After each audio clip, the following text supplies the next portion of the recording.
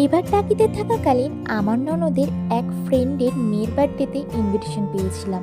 সেখানেই চলে গেছিলাম সন্ধে সন্ধে।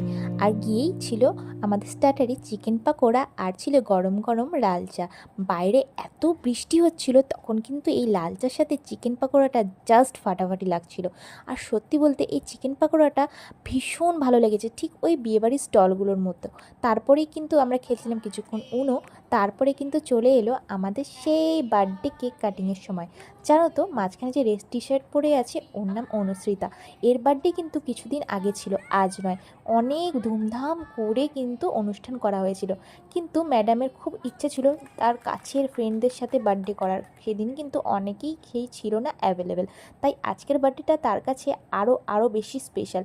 এই যে এই কথাটা সে বলেছে, আমার কিন্তু ভীষণই ভালো লেগেছে। এই যে এই আনন্দটা বাচ্চাদের বাবা মার আনন্দের কাছে আরও আরও বাড়িয়ে দেয়।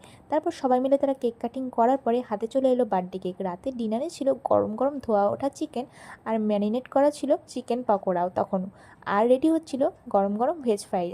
চিকেনটা এত টেস্টি হয়েছিল কি বলবো।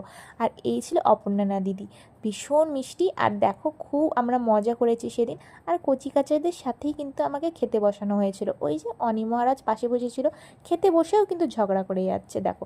তারপরে আমরা রাতের ডিনারে খুব ভালো করে খেয়ে দিয়ে ছিল লাস্টে একটা আমুলের আইসক্রিম চকলেট কোনটা